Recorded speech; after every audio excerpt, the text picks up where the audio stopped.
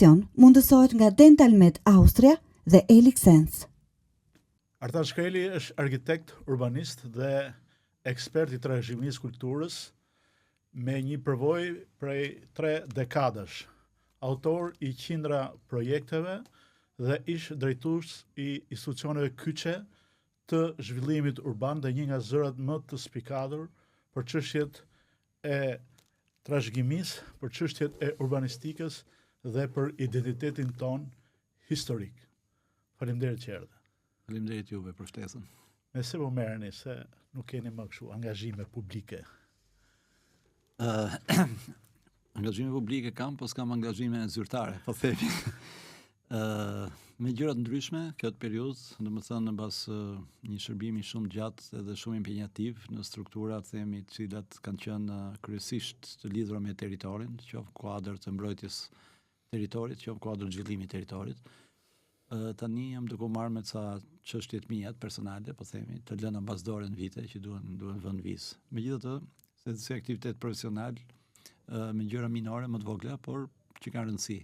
Në një muze, për shembull aktualisht me muzeun Migjeni Puk, që është një figurë e jashtëzakonshme Migjeni, dhe që ndoshta pak vetë din që Puk është një muze për Migjenin, pikërisht në godinën ku ka qenë shkolla ku ai ka dhënë mësim, i cili ishte i lënë bazdore në disa dekada që nga periudha e socializmit e këtej dhe është bërë një po bëhet restaurimi i objektit dhe po bëhet edhe një projekt për muzealizimin e tij. Ndoshta ky do të jetë një projekt për gjithë figurat e këtij niveli në historinë e Shqipërisë, por edhe si një destinacion i ri për Pukën. Po, për Pukën destinacion i ri. Puka është një qytet me potencial të zakonshëm klimatik, sidomos, është një klimat më të mira. Unë kam jetuar 2 vjet atje, kam bërë drejtorin e zyrës urbanistike në vitet 80. Dhe fati e solli domethënë që të jap një kontribut tjetër përveç kontributit për qendrën e Pukës edhe për këtë muze. Migjeni është figurë që i ka shpëtuar ideologjive, i ka shpëtuar modave, po themi trendeve të kohës, edhe është një figurë kombëtare dhe historike njëkohësisht, përveç se një poet i madh me fjalë artistike. U habite kur të mora telefon dhe thash që jam duke përgatitur një podcast për arkitekturën, urbanistikën. Fred, edhe u habita edhe s'u habita. U habita që bëj pikërisht një podcast që do të thotë një bisedë më e lirë dhe javë skemave, po themi rigjide që krijohen kur njeriu bën një artikull apo kur ka një gjë të paraprogatitur, po themi shumë të detajuar. Por dhe nuk u habita sepse më kujtuan kohrat, akoma më të vjetra se sa forumi, kohrat kur bashkë donim të ndërtonim një revistë për arkitekturën, që edhe sot nuk ka një revistë mirëfill për arkitekturën, ka një 2 revista që nxjerrin në universitetet, e cila do promovonte gjithashtu përveç arkitekturës edhe mënyrën se si urbanizohet nga njëra anë, edhe balancën midis urbanizimit dhe zhvillimit, si dhe ruajtjes së trashëgimisë nga ana tjetër. Kështu që nuk më duk krejt e habitshme. Kur shtetoj, kur ndjek çdo ditë Arc Daily për shembull, një nga websajtet më të famshme të arkitekturës botërore, gjithmonë them që gjërat të ngjashme duhet të kishin pasur edhe në këtë revistë. Dhe gjithmonë themi që do e bëjmë gjë të tillë, do e bëjmë më vonë, po më vonë nuk ka. Dhe shembulli që s'ka më vonë e tregoj Tan Lamja që zure me gojë, që kishim shumë plane për të bërë gjëra më vonë, po që më kujtua Tan Lamja se radhës kaluar kisha Artan Dulagun, tani Artan Shkreli, Artan Lamja që përmendëm, vllajin tim e quajnë Artan dhe Brezi Artanëve. Brezi Artanëve. Dhe ju keni pas edhe një kështu histori me një foto Artanësh. Po, kohët e fundit, domethënë pak para se Artani tikte, kemi rastisht bile unë se kisha vënë, isha me një foto isha unë për Artan Shkreli, ishte Artan Dumi, Artan Lamja, Artan Gaçi. Dhe foton e bonte Tan Stoka. Imagjino domethënë që kur më thanë më kështu, tani 5 Artanëve. Le të futemi tani në rrjedh. Kë konsideroni si krimi më të madh urban të Shqipërisë pas 90-s? Kjo pyetje është një pyetje shumë impenjative, domethënë, por nëse do ta bëja në nivel paradigmatik, krimi më i madh urban në Shqipërinë e 90-s është prishja e qendrave historike të qyteteve, përgjithësi, domethënë. Ajo punë që kishte filluar gjatë socializmit për motive ideologjike, u vazhdua pas viteve 90 për motive fitimi ekonomike. Pra nuk pat një ndërgjegjësim të klasës dirigjente drejtuese në Shqipëri për t'i ruajtur qendrat historike të qyteteve. Dhe pas 90-ta post-komunizmi nuk i shpëtoi mallkimin historik që kemi pasur, që brez pas brezi kemi pasur aksion të tillë siç ka qenë ajo e 67-s për kishat dhe xhamiat, ashtu siç kanë qenë rënohet që sjellin luftrat ashtu që. Po, atëherë kur nuk ka një rezistencë për ruajtjen e disa vlerave që kanë kriju paraardhësit tanë, po neve gjykojmë dhe paragjykojmë punën e paraardhësve tanë, atëherë natyrisht që edhe ata që do vinë pas nes do i gjykojnë dhe paragjykojnë punën që bëjmë ne. Dhe kjo punë ashtu si përcillen traditat e mira, përcillen dhe traditat e këqija nga brez i brez. Mbas 90-s është ndërtuar shumë, po ndërtohet shumë dhe do ndërtohet shumë, por cili është ai projekt që do të doja ta kishe shëmbur nga këto që janë bërë deri tani? Duhet marr një shembull kështu që më vjen me një ndërmend godinat të cilat ndodhen mbrapa Sahatit të Tiranës, për shembull, të cilat e kanë tjetërsuar një nga peizazhet historike të kryeqytetit, i cili deri pas disa vjetësh që nga krijimi i Tiranës deri pas disa vjetëve ajo ka qenë ikona e qytetit, domethënë silueti i xhamisë nga njëra anë që është pushteti qellor, po themi, dhe nga ana tjetër kulla e Sahatit që është pushteti laik, pushteti shekullor. Dhe ishte më mirë të qëndronte ashtu siç ka qenë ai pazari me ato dyqanet e vogla. Po, historia e pazarit është histori tjetër, por historia e pazarit i përket një periudhe që pazari u prit shekullin e kaluar, kështu që nuk po e gjykojmë që se po flasim pas viteve 90. Po për ato që kishte mbetur. Po, ndërkohë që aty duhej krijuar një situatë urbane shumë kujdesshme, qoftë përse i përket siluetit godinave që do ishin në sfondin e Sahatit, po themi, qoftë edhe krijimi një sheshi Sahatit si për ironi para disa ditësh aty u mblodhen 600 arkitektët më të mëdhenj të botës shqiptare. Kështu ndodh gjithmonë, në vendin e krimit mblidhen shumë njerëz. Ajo është një krim urban. Nuk besoj që është bërë qëllimisht, por që rezultati ai ishte, pra një farë mënyre u vra ikona e kryeqytetit, edhe thash edhe një herë që brezi i ri do mësohet me ato godina, ndoshta një ditë kur ato tiqen dikujt mund t'i vi keq, sepse do i shikoj ashtu dhe do mendoj që ashtu duhet të jenë. Por neve që i kemi parë të dy epokat e kuptojmë që ishte tepërt një ndërhyrje aq agresive. Cilat nga pjesët e Tiranës si kjo, që tham, rrotull xhamis dhe Sahatit, duhej shpëtuar dhe nuk duhej ndërtuar në to? Që kanë dhe vlera. Për periudha flasim se Tirana është një qytet për këto 36 vite. Se Tirana është një qytet që siç thoshte Indro Montanelli, është qytet gjithmonë i ri, thoshte Montanelli, që në vitet 30 të shekullit shkuar, sepse ai erdhi në atë periudhë. Erdhi në atë periudhë që po ndërtohej Tirana, po ndërtohej, po të bëhej bulevardi, ministrit. Sepse edhe projektuesit, arkitektët ishin italianë, ishte një projekt italian për qytetin. Kështu që për t'u përgjigjur. Për shembull vilat e vjetra. Po, ato po zhduken para syve tanë. Unë kur kam qenë drejtori i Institutit Monumente i vura mbrojtje vilat e rrugës Elbasanit dhe vilat e bllokut. Dhe qëndruan të mbrojtura për vite të tëra, domethënë tani kanë filluar hiq një vilë, ndërtoi një kull, hiq një vilë, ndërtoi pallat dhe ato po zhduken. Dhe praktikisht është prisur ajo që konsiderohet si thurje, pëlhura urbane e asaj zone që është Tirana po themi në punësisë së kohës monarkisë të Tiranës. Pra po zhduket një shtresë historike shumë e rëndësishme e asaj që mund të konsiderohet elita e kohës, që kishte prodhuar natyrisht edhe një kuartier elitar, siç ishte vilat e bllokut dhe ato të rrugës Elbasanit. Pra nuk qem gjendje t'i ruanim edhe ato, pavarësisht që arritëm t'i vëmë mbrojtje ligjore, por nuk e di ku kam lexuar diku që nuk ka objekte më të rrezikuara se objektet e mbrojtura.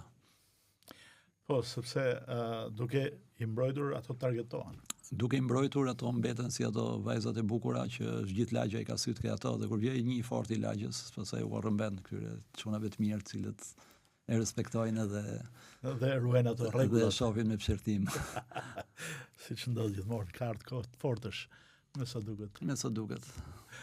Por gjithsesi qyteti, Tirana, kryeqyteti, po zhvillohet, mirë apo keq, herë bukur, herë egër, herë shëmtuar. Qyteti po zhvillohet, qyteti ka marrë një vibrim shumë pozitiv, dhe Tirana ka një ndryshim radikal me atë që ka qenë, padyshim që shumë qytetarë të Tiranës janë kritik për disa gjëra, për zhdukjen e parqeve, gjelbrimeve në Tiranë. Unë mendoj që po këto metra katror që janë ndërtuar do ndërtoheshin, po të ishin më planifikuara me kujdes. Dhe i qëndroj bindjes që e meta në zhvillimin e Tiranës nuk është arkitektura, nuk është kulla në vetvete, nuk është asnjë objekt arkitekturor, por është planifikimi urban, që do të thotë sa ndiqet ligji urbanistik në Shqipëri. Dhe ne kemi dështuar me planifikimin urban, ndërkohë që kemi arritje në sa i përket cilësisë arkitekturës. Apo ndërtojmë ndërkohë hapësira moderne urbane apo metra katror betoni?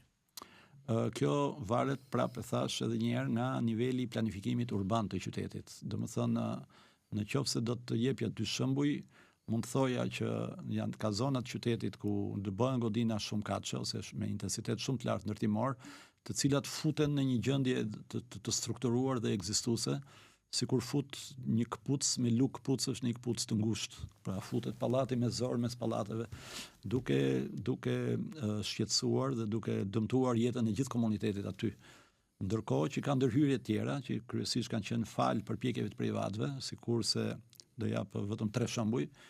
Një shembull që ka bërë Sokol Kika me objektet që ka pranë zonës komune Parisit, ku brenda nuk lejohen makinat, dhe është një zonë, themi, shumë gjë rekreative dhe kam parë aty shumë të rinj, kam parë fëmijë, kam parë bashkëshortë të rinj, po ja arrit gjithmonë. Ja arrit vlerën asaj. Shembulli i dytë që do t'jepja është Pandi Sarapuli, pra sikur se ka qenë aveniri me Sokol Kikën, është Pandi Sarapuli në pranë liçenit të thatë që po bën një kuartier krejtësisht pa makina, pra makinat që në hyrje futen në tokë dhe në gjithë kuartierin nuk ka makina, ka vetëm gjelbrim dhe hapësira rekreative dhe objekte relativisht ulta me 4 kate. Dhe shembulli i tretë do t'jepja Mihal Deliorgjin, i cili ka bërë edhe ai një kuartier ku ka qenë qendrizimi të veprave të arteve tej uzinës Enver, ku edhe aty është një hapësirë urbane shumë e mirë dhe e strukturuar shumë mirë, domethënë. Kështu që shembuj pozitiv ka, kurse shembujt negativ ato janë më të evidentuara sepse nëse do ta ribënim Tiranën nga e para, gjë që nuk është e mundur praktikisht, por të paktën në pjesën e pas 90-s,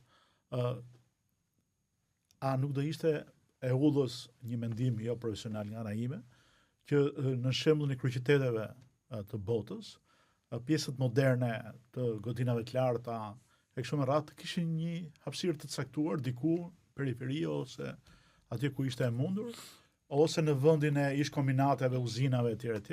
Dhe pjesa e qytetit historik, tradicional, të ishte ruajtur pak më shumë. Tani këto gati janë aksioma urbane, që do të thotë juve i keni, domethënë jeni shumë i qartë dhe shumë i saktë në këtë që sapo thatë. Qyteti duhet ndërtuar i tillë. Gjithmonë kur flitet për planifikimin e qytetit, fillohet nga pengesat, pra çfarë nuk mund të bësh, dhe pastaj mbasi hiqen zonat çfarë nuk mund të bësh, janë ato zonat që çfarë mund të bësh. Ka dhe zona gri që janë mes asaj që s'bën dhe asaj që bën, të cilat bëhet një, po themi, një integrim, një ndërthurje, duke gjetur një ekuilibër të këtyre zonave. Kjo ka të bëjë me planifikimin urban, që sikurse thash në Shqipëri nuk është bërë planifikim urban. Arkitektura, kemi fjalën vetëm për studiot e huaja, arkitektët e huaj, apo? Studiot e huaja, unë kam qenë nga ata që në po themi në preludin e epokës që do hyni studiot e huaja, e kam nxitur, domethënë qoftë shefat e mi, qoftë ku kam qenë këshilltar pranë Fatos Nanos, qoftë pranë Edi Ramës, që të nxitej prania e hyrja e arkitektëve të huaj dhe që ata po themi ta shkumzonin pak atë ujin e fjetur, po themi, të arkitekturës shqiptare, e cila po bënte hapa, po nuk ishte ritmi i dur. Dhe u bën konkurse ndërkombëtare, ku merrnin pjesë edhe në studio shqiptare natyrisht, por kishte i konkurse të vërteta, domethënë me debate të vërteta. Pastaj këto konkurset degraduan me kalimin e kohës dhe pastaj u vendos që filan gjë ta bëj filan arkitekt në filan vend dhe me pastaj nuk konkurset bëhen akoma, për shembull, sfundi u bë konkursi i Pallatit të Kongreseve me kull. Mirë, ishte një lloj farse, ne e dimë shumë mirë që do bëhej me kull, ndërkohë kishte ishin konkurrentë të tjerë që pa kull, pra dije që në fillim do fitonte ai me kull, kështu që. Pse? Po sepse kështu ka ndodhur, kështu po ndodh. Pra tani është një trend që është politik si trend, pra nuk është trend urban, as nuk është trend ekonomik, që Tirana të goditet në pika të caktuara me kulla në mënyrë që të realizohet ajo që dikur konsideroi si një politikë urbane nëpërmjet aplikimit të sikur se aplikohet në mjekësi agopuntura, pra në nervat të fjetura ose në muskujt fjetur të organizmit. Edhe në Tiranë u mendua që në zonat të fjetura të Tiranës të ndërtoheshin disa objekte me impakt shumë të madh, domethënë edhe ndërtimor, edhe social dhe tregtar, në mënyrë që t'i gjallëronin zonat të cilat prej dekadash, po themi, ishin inaktive. Dhe si ide ishte ide shumë e mirë, edhe do funksiononte sikur të paraprijeshin nga studime urbane të mirë fillta, të cilat do përcaktonin jo vetëm hapësirat e lira, sepse objekte shumë të larta kërkojnë edhe hapësira të lira, po do përcaktonin edhe shpërndarjen e shërbimeve të balancuara nga njëra anë, si dhe intensitetet e ndërtimit të krejt kuartierit nga ana tjetër. Parametra. U bë dhe stadiumi me kull? Po, në këtë logjik, stadiumi u bë me kull.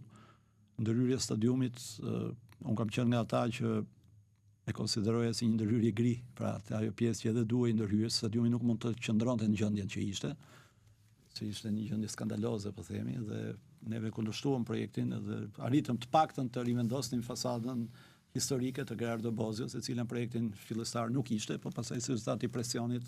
Ajo i ka dhënë identitet. Ajo i ka dhënë identitet dhe vazhdimsi. Natyrisht që nëse do të ishin bërë konsultimet më të mira më përpara, do kishte dalë edhe më interesant. Mund të ruhesh më shumë në stadiumin e vjetër? Nga stadiumi i vjetër mund të ruhej më mirë, jo më shumë. Për shembull, janë bërë disa gabime tektonike aty që njerëzit nuk e kuptojnë, por që arkitektët e shohin. Për shembull, sheshi i Pierrat, që është sheshi Italia, pjesa Italia që është i Pierrës, ka rezultati një gabimi, pastaj duhet modelohet gabimi duke bërë Pierrat e tjera. Po që këto janë diskutime të tjera. Kjo është histori. Duhen kaq shumë kulla në Tiranë.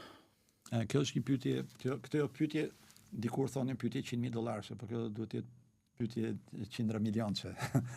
Tani mendoj që sikurse kthehemi dhe ke planifikimi i një qytetit, çdo qytet ka disa objektiva që duhet arrijë kur bëhet një plan rregullues. Dhe vërtet është hequr dorë nga planet rregulluese, po themi që përcaktojnë me milimetra ose me centimetra se sa duhet të jetë trotuari apo sa duhet të jetë, po themi, distanca midis një objekti dhe një tjetri.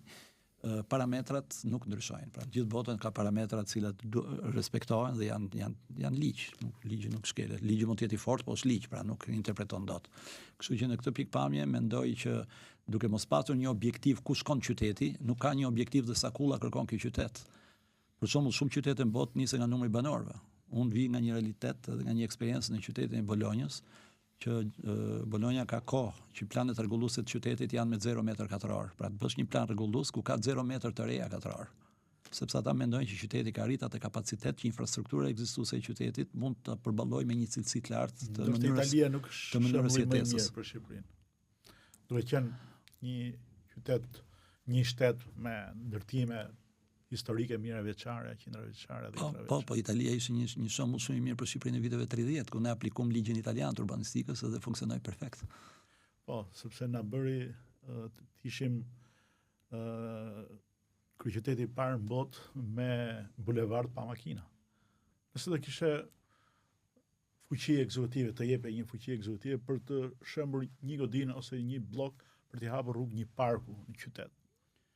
Kjo është një pyetje që ja bëj shumë shpesh vetes time. Mendoj që në zona ku është kongestionuar, si thosh, është bllokuar qarkullimi apo jeta normale e njerëzve, unë do sakrifikoja, aty ku janë 5 pallate, do sakrifikoja një pallat në mënyrë që 4 tjerët kishin cilësi shumë më të mirë jetese. Ose kemi disa kuartiere në Tiranë që ka ndërtime të reja dhe në mes të tyre është një shtëpi e vjetër, për shembull dykaçe. Do shpronsoja me çmim tregu sigurisht atë shtëpinë dykaçe, do bëja ca metra rrugë më pak në veri apo në jug të vendit, në mënyrë që jeta e gjithë këtij kuartierit përmirësohej duke krijuar një park aty që do i shërbente edhe fëmijëve për të luajtur, se ne nuk shohim më fëmijë, për shembull, që luajnë sepse s'kan ku të luajnë. Luajnë me celular, ato që neve konsiderojmë si dëmshme. Por nga ana tjetër të krijojë edhe një lidhje më e mirë dhe njerëzit, sepse sheshet nuk janë vende thjesht për të kaluar kohën, ato janë vende ku socializohen njerëzit. Njerëzit sot nëpër pallate nuk e njohin njëri tjetrin. Ndërkohë që nëse fëmijët rriten bashkë poshtë pallatit, ata kalojnë fëminin me njëri tjetrin, ata do jenë miq gjithë jetën më vonë. Po dhe nënat që shohin fëmijët apo baballarët që i shoqërojnë që të vegjël, edhe ata njihen me njëri tjetrin pikërisht aty. Pra vendet sheshet krijohen, sheshi para xhamisë, sheshi para kishës, sheshi para pallatit, sheshi përpara teatrit e kështu me radhë, janë vende ku njerëzit socializohen dhe kur shihen shpesh, ata edhe miqësohen. Kjo e bën jetën qytetare. Po, ashtu si kundër e bën edhe trafiku. Kur do bëj unaza e madhe, e cila në pjesën më të madhe ka përfunduar, ka disa muaj, ka dhënë ato efektin e vet.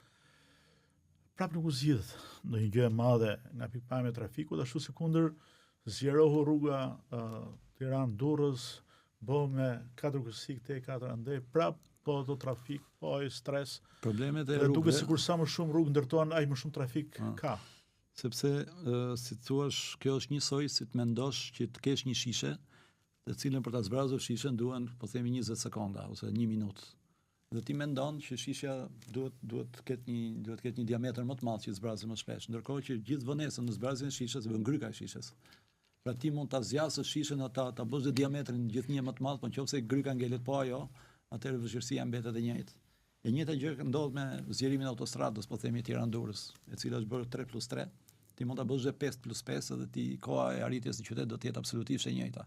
Nuk vonohej trafiku në pjesën ku makinat rridhnin, edhe kur ishte 2+2. Trafiku vonohej në dalje, në hyrje dhe sidomos në daljet dhe në hyrjet e qyteteve. Për daljet e hyrjet e qyteteve bërë shumë pak, sepse daljet e hyrjet e qyteteve kërkojnë zgjidhje komplekse inxhinierike, si dhe kërkojnë zgjidhje komplekse multidisciplinore urbanistike. Ju e pat, është bërë një ndërhyrje për shembull ke Shqiponia, që është edhe shtrenjtë, edhe ndërlikuar. Por është gabim, unë nuk jam arkitekt urbanist. Qytetarët janë gabim, por një gjë që nuk rrjedh. Pra, si ka mundësi që hyrjet daljet e qytetit bëhen akoma me semafor, ndërkohë që unë kisha menduar kur filloi që ajo vetëm për atë do bëhet, që tithi sa më shumë dhe sa më shpejt makinat për të dalë ose për të hyrë në qytet. Dhe pikërisht aty nuk u bë. Unë nuk jam inxhinier infrastrukturës, domethënë infrastruktura urbane, po them ose po flasim inxhinierët që zgjidhin edhe nyjet e trafikut e tjera është disiplinë e veçantë. Edhe brenda kësaj disipline të veçantë ka dhe specializime akoma më të shtresuara. Dhe këto sot zgjidhen kollaj, sot ka programe kompjuterike. Sot pak ngelet t'ja japësh fantazisme fjalë. Për më tepër kur bëhet fjalë për nyja relativisht thjeshta që nuk kanë 1 milion makina në hyrje, 1 milion makina në dalje. Pse i komplikojmë kaq shumë ne ato që duhet të jenë zgjidhje të thjeshta dhe anasjellë? Sepse futen shumë faktor ekstra profesional gjatë vendimarrjes. E kuptoj. Bashkë me korrupsionin apo? Edhe ky është një nga faktorët. Një udhëtar francez në vitet 1937 ka shkruar një libër për Shqipërinë, udhtoi nga jugu në veri, edhe në fund e përfundon librin që ky është një vend i mrekullueshëm nga ajo çfarë ka fal Zoti, por do bëhet shtet kur të ketë rrugë. Pyetja ime është, a kemi shtet? Kur e ka bërë këtë? 37. Për 11 vjet mbushim 100 vjet. Po. Në 37-ën çështja e rrugëve kishte një vizion tjetër, me fjalë çështja e rrugëve. Dhe dikur rruga konsiderohej si një investim i cili sillte domosdoshmërisht zhvillim. Dhe ashtu ka qenë. Zona të cilat ishin krejtësisht të izoluara, të cilat mund të kishin edhe potencial bujqësor ose potencial turistik ose potencial, po themi, industrial, aty ku kishte xeheror, risorse natyrore etj. Dhe bërja rrugës në këto zona ose lidhja dy qyteteve me njëri tjetrin po flasim, i fuste këto në tregun ose zhvillonte tregun. Me kalimin e kohës, kur është kriju, po themi, pak a shumë një rrjet rrugor, po themi i përsosur, se gjithmonë flasim që zërës është bërë jetë siç duhet, ose ajo që ndodhet në Europë sot është që pikërisht në zonat caktuara ata kanë filluar ose t'i zhdukin rrugët, ose t'i zvoglojnë rrugët dimensione, sepse sa më tepër rrugë bën ti, aq më tepër thith trafik. Dhe çështja këtu nuk është që ti ta pengosh fizikisht çështjen e trafikut. Çështja është që ti të krijosh alternativa për njerëzit. Alternativat kush janë? Janë trenat e shpejtë, janë përdorimi i mjeteve publike të transportit, janë përdorimi i parkingeve. Ti ke me mira makina në Tiranë që bredhin vetëm për gjetë një vend parkimi, përveç kostave të mëdha në shëndet, që janë gaz, që janë gjoba që marrin për ditë, janë zënje trotuarës, që janë nerva, që janë për te gjithë kësaj, pra është dhe orë, kohë e humbur, miliona orë në ditë humbet me këtë gjë. Kështu që zgjidhjet sot janë të një natyre krejt tjetër. Nuk flitet më sot për bërë më shumë rrugë, se sa flitet për cilat janë skemat më të mira që mund të funksionojë një qytet. Ka zona ku nuk lejohen të futen makinat, po futen shumë mirë biçikletat. Këmsore, sigurisht. Ka zona ku lejohen makinat, po vetëm makinat e lehta. Ka zona ku lejohen makinat, po vetëm në orare të caktuara. Ka zona ku lejohen vetëm makinat autorizuara, që do të thotë vetëm taksi, polici, zjarfikës, e zemë. Pra, gjëra të tilla nuk kanë filluar akoma të kenë qytetet tona. Këtë pikë jemi realisht shumë brava. Jemi në shekullin që fliste zotëria franceze. Po, se derisa s'kemi akoma trena, s'mund pretendojmë gjëra të tjera. Po, historia e trenave pastaj është tregus civilizimi. Ndoshta duhet bërë një Jo, mbase do iki epoka trenave kur neve të bëjmë trenin e parë. Do vinë makinat fluturuese. Do jenë që trenat do konsiderohen si garat me kuaj. Po. Një pyetje që ka të bëjë me elementet e zhvillimit urban në pjesën e Bregdetit. Duke qenë se pjesa e turizmit, zhvillimi i turizmit, projektet turistike janë pothuajse në kulmin e vet aktualisht, si po zhvillohet kjo pjesë dhe a bëm të njëjtat gabime që bëm nëpër qytete edhe në Bregdet, që filloi pak relativisht më vonë? Absolutisht të njëjtat gabime nuk e di, se ka mundësi që të jenë çik më të mëdha se sa ato të qyteteve, se në qytete ke pas shumë pengesa, kurse këto duke qenë hapësira të lira, ishte i lirë për të gabuar më tepër me fjalë. Dhe një nga shembujt më eklatant të një dështimi, po themi, të qëndrueshëm, që do të afat gjatë për sa gjë, është zona e Palasës, për shembull, që ajo konsiderohet si një gjë. Bile dikush sot bënte i krahasim thoshte si një varrezë gjigante. Jo, varrezat prap kanë gjelbrim. Unë isha në të varrezat e Sharrës para sa kohës, aty ka selvi, ka pemë vende, kurse ajo është një masë e madhe. Ajo duket si një gurore e braktisur në qel, po ta shohësh nga larg. Po, por është një nga zonat më të shtrenjta të turizmit në Shqipëri. Është më shtrenjta se nga pikpamja e blerjes apo shitjes së një prone atje. Natyrisht është më të shtrenjta sepse kërkesa për të patur një shtëpi në Bregdetin e Jugut është shumë e lartë se sa oferta. Dhe kjo histori ka shkuar duke thënë shto ofertën për të përmbush një kërkesë e cila ka qenë rritje. Çështja është që intensitetet, mungesa e gjelbrimit, zgjidhjet urbane, ato janë elemente të përsëritur në infinit, në mërzi dhe deri në, po themi, në që nuk mund ta gjesh edhe shtëpinë tate, kanë krijuar disa peizazhe të cilat vetëm turistike nuk janë. Ashtu sikurse ka dhe një shembull të mirë, që është Jala, për shembull, është një nga shembujt e mirë, mendoj, që ndërhyrja është intensive, po është strukturuar dhe lidhur shumë mirë me terrenin, shumë mirë me siluetin, me detin, me gjirin etj. Pra ka shembuj edhe për më tepër që janë kryesisht përtej rrugës nacionale, pra jo deri në det. Mendoj që pastaj shembujt më të mirë do të ishin të rivitalizoheshin, të rihetëzoheshin në nivel turistik gjithë të fshatrat e traditës që ka Bregu. A rrezikon dhe Jugu, të cilat janë më afatgjatë si zhvillim dhe do të jenë ato fshatrat historik, do të jenë dhe perlat e vërteta që janë të ndërtuara bukur, që kanë histori. Pse se kemi ne këtë qasje që më mirë të kemi një shtëpi dhe ta rinovojmë duke ruajtur gjitha elementet tradicional, pa e prishur identitetin dhe të japim vlerë një shtëpi të tillë në një fshat historik, se sa të ndërtojmë gjëra të cilat duken si moderne, por që sepse ka qenë më e thjeshtë të ndërtosh se sa të rivlerësosh, edhe domethënë natyrisht që jetën kur bën një objekt të ri e ke më të thjeshtë ta strukturosh sipas, po themi, ritmit që ka jeta moderne në raport me kur merr një shtëpi të vjetër fshati. Por nga ana tjetër është pikërisht shtëpia e vjetër e fshatit, e cila krijon kondicionin që ti ta ndjesh veten që në një shtëpi pushimi nuk je në atë apartamentin apo vilën e Tiranës. Shembulli më i keq i zhvillimit, le të themi, në Bregdet merret Durrësi për pjesën e plazhit historik të vjetër deri në Plepa, Golemi, por a rrezikon që ky lloj modeli të eksportohet edhe në jug apo edhe në veri? Po, tani, në momentin që dëgjojmë që edhe në plazhet e jugut kanë filluar objekte shumë kaçe, që në këtë moment ne kuptojmë që aty po ndodh diçka që nuk është në normalitetin e asaj që është trendi i zhvillimit të një plazhi në mesdhe sot.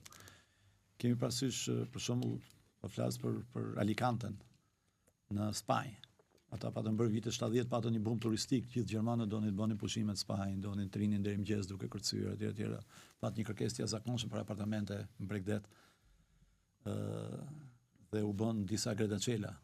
Tani shteti spanjoll është çdo vit blen 1 apo 2 gradacela të cilat i shëm praktikisht, sepse po mundohet ta betonifikojnë Bregdetin për ta kthyer Bregdetin, domethënë jo me këtë ngarkesë kaq të madhe, sepse filloi të braktisej praktikisht Alicante, domethënë ran numri turistëve në nivele skandaloze mbas një bumi të madh që kishte. Kjo është kur bën ndërtime të cilat nuk janë sustainable, që quhet, nuk kanë jetëgjatësi, nuk është menduar për nesër, po është menduar për fitimin sot. Ndërto, shit, merr parat, ik, gjej një vend tjetër. Ndërto, shit, merr parat, ik, gjej një vend tjetër.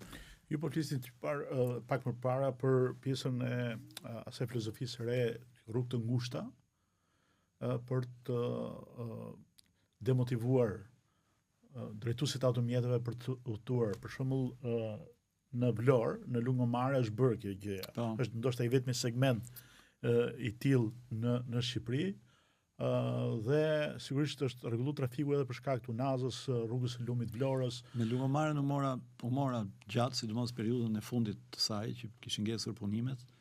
unë isha, po themi, koordinatori i përgjithshëm i në një moment caktuar aty në Lugomare, dhe në një farë mënyre ishte insistenca që t'i jepte prioritet hapësirave publike në Lugomare. U futëm në një situatë pak a shumë të bërë, kuptimi që shumë nga pallatet Lungomares ishin realizuar, dhe që realizuar jo keq. Në kohën e Fatos Nanës u vendosën 2 rregulla, lartësia, jo mbi 8 kate, dhe vija pallateve do ndiqte vijën bregdetare, pra në distanca, kështu që ato i gjetën pak a shumë, kështu që thjesht ndërhyrja në kuptimin që s'kishin bënë për fat të mirë me zgjidhje urbane, se ndryshe do ishin bërë ato që ndodhin në vende të tjera. Urbanistika vjen prapë. Kështu që nga ana arkitekturore ajo funksionoi, kështu që ndërhyrja që bë, që një arkitekt që i njihte mirë hapësirat urbane spanjoll, funksionoi shumë mirë. Dhe pikërisht rrugët që në fillim u kontestuan shumë atëherë, u ngushtuan Lungomare në mënyrë që të mos bëheshin edhe si vende parkimi, se ti bën rrugën e gjerë për 2 korsi, po ti zë korsit. Mjaft të shohësh Tiranë. Dhe ato funksionojnë shumë mirë. Por nga ana tjetër Lungomare u bë gjë. Në minutat e fundit u mendua që do bëhet një unaz me ata brezit pallateve të Lungomares që të nxirrte, bypassonte gjithë Lungomaren dhe të nxirrte dhe shpëtoi trafikun. Dhe shpëtoi, të nxirrte përtej tunelit dhe shpëtoi trafikun. Ka qenë një sistem shumë i madh i jemi për fat mirë kryeministri e mori në konsiderat me fjalë dhe u bë. Apo bëhet Vlora një qytet, le të themi, që ka probabilitet relativisht mirë për të qenë e ardhmja e turizmit në pikpamjen e Po Vlora mendoj që është bërë turistike. Planifikimit dhe zhvillimit. Vlora ka marrë një drejtim turistik. Në nivel edhe për te shqiptar. Drejtimin ja patën dhënë italianët për hir të vërtetës. Atë që ne quajmë Lungomare dikur ka qenë Belvederia që quhen dhe vlonjatët Belvederia, është ndërtuar nga italianët ajo, pra ata kishin këtë vizion. Kështu që Vlora ka premisat që në qoftë se nuk bëhen ato gabimet klasike urbane që ne vazhdojmë t'i bëjmë, qyteti ka mundësi që ta shpëtojë potencialin e vet turistik. Çfarë ide ke për Zvërnecin dhe për Sazanin? Për projektin ku përmenden familja Trump, por nuk është kjo e rëndësishme. Unë nuk e lidh për projektin, jo për emrat e përveç. Nuk e lidh shumë me atë. Ato janë politika, dhe të cilat bëjnë mirë që janë politika, dhe Shqipëria natyrisht është vend që kërkon të thithi investimet e mëdha, shpesh, jo gjithmonë, sjellin ndërtimet një cilësie të lartë. Kjo çdo gjë varet nga detyra projektimi, se vazhdimisht na thonë po e bën filan arkitekt, filan studio.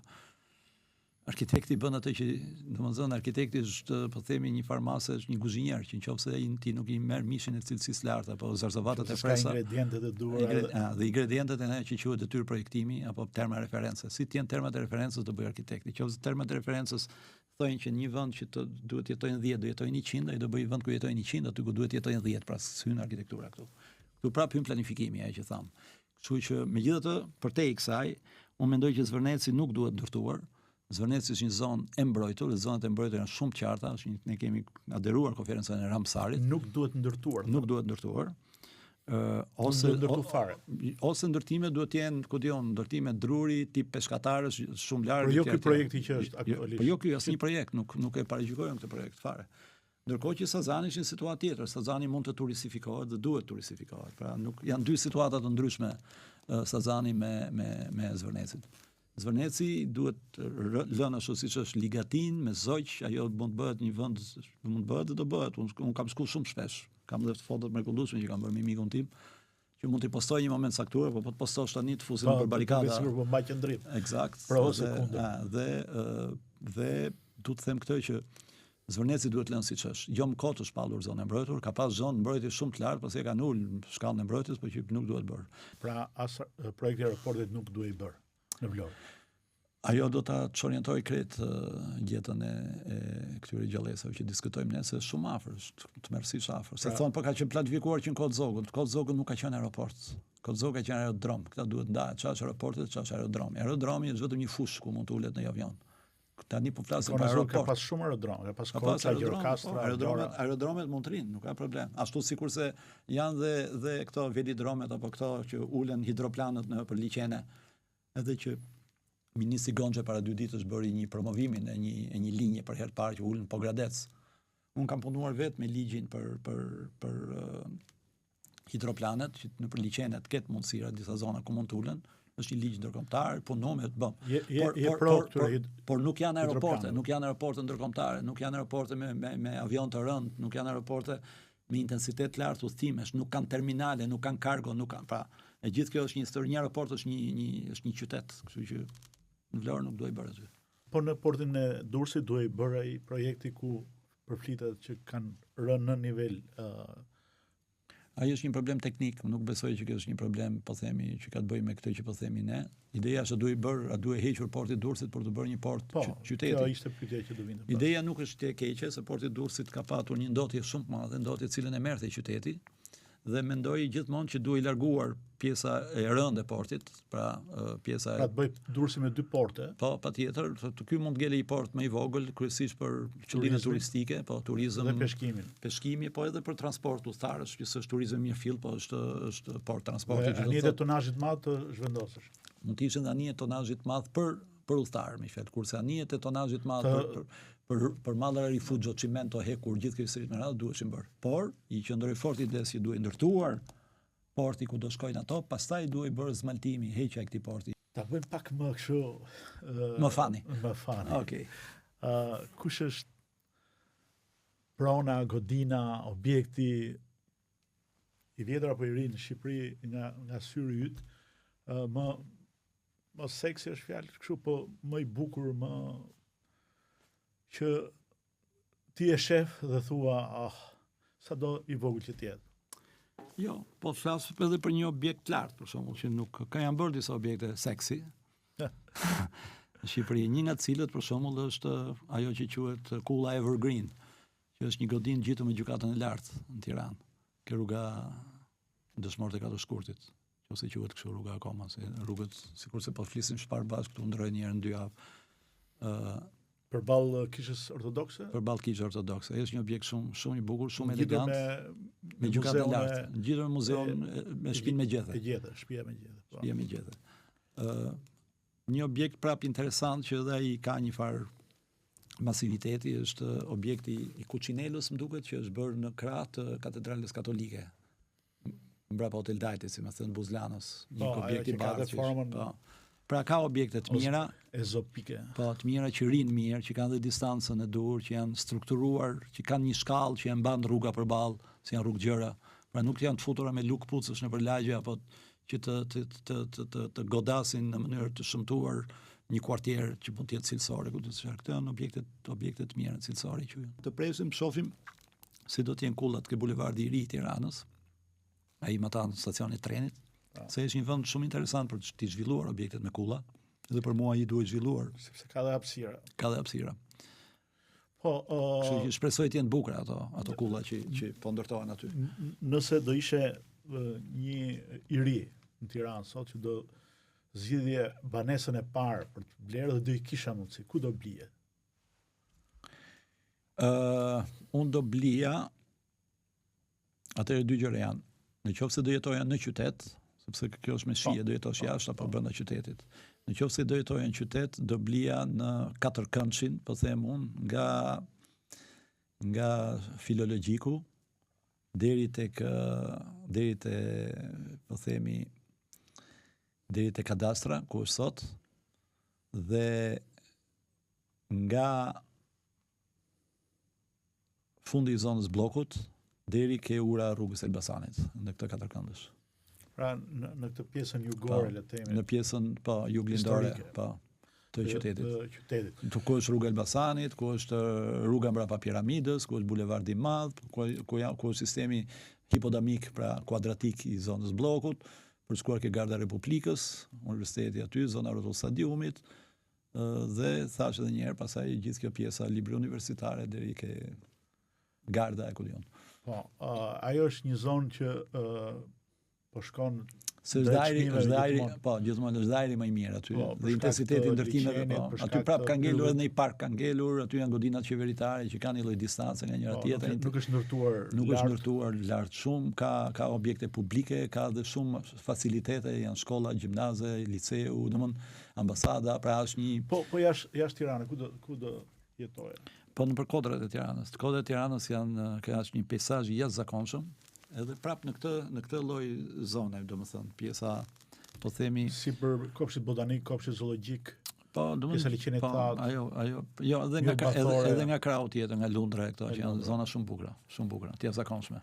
Cili është ai qytet ose ajo zonë që pas 20 vjetësh do i shumëfishohet? Vlera e pronës më shumë se çdo vend tjetër. Dhe pse?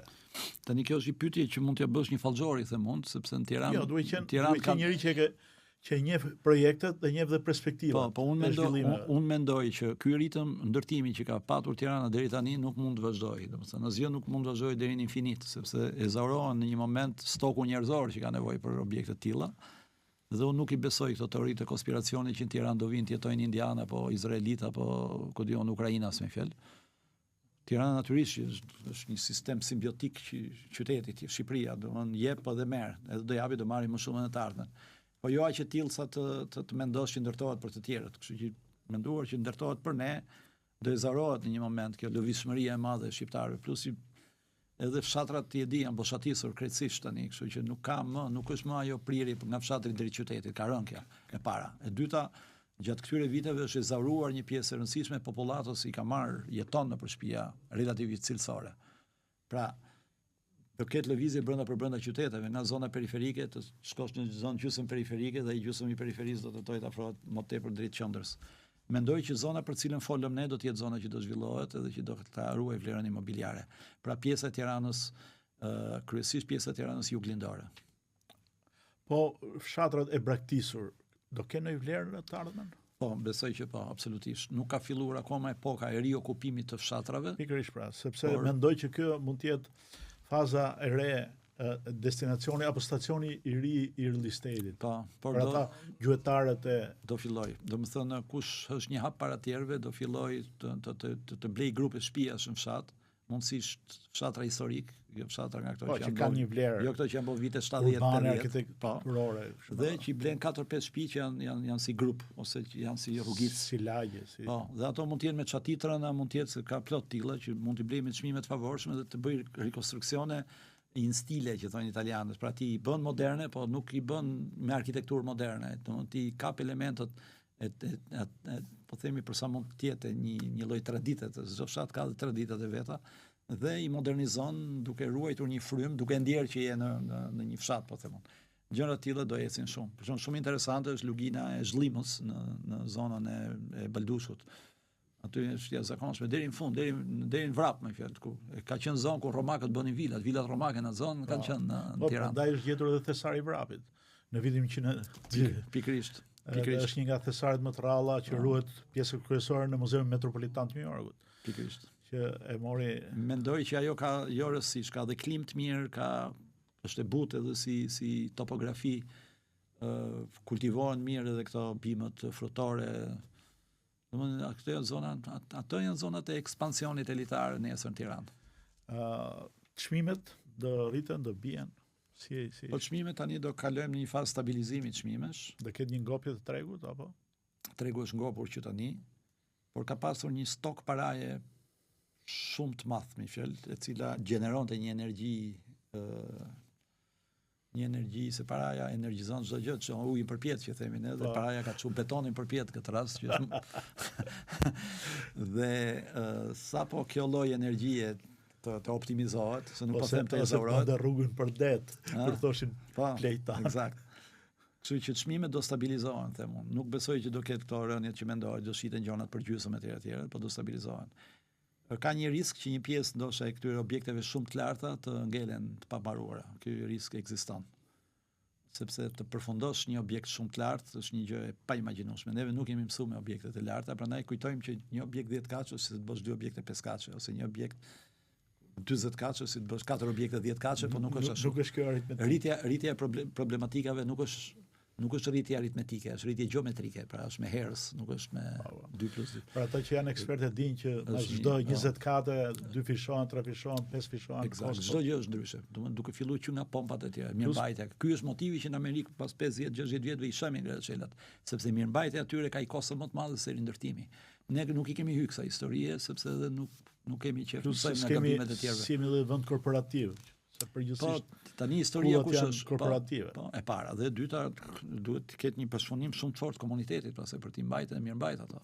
Ti ke pallate me 6 kate që njerëzit nuk paguajnë pompën, që çajin ato s'paguajnë paratë. Po zihen për ditë poshtë. Ose duhet të jenë firma të fuqishme që i kanë, po sa firma të fuqishme do mbajë ky vend, e kupton? Pra, deri një farë niveli kullat do të jenë të përdorshme e interesante, po për te një numri të caktuar, pastaj nuk besoj që mund ta mbaj shpatullat e kësaj shoqërie. Gjithsesi, Shqipëria po bëhet një vend shumë interesant edhe në pikpamjen arkitektorore dhe urbane, për ta mbyllur Arkitektorore me siguri. urbane nuk kam siguri. Uroj që të kemi një kontroll më të madh të territorit në të ardhmen dhe të kemi planifikime të cilat të ruhen pak dhe për 20-30 vjetë, se jo të ndrojnë. Pa dyshim.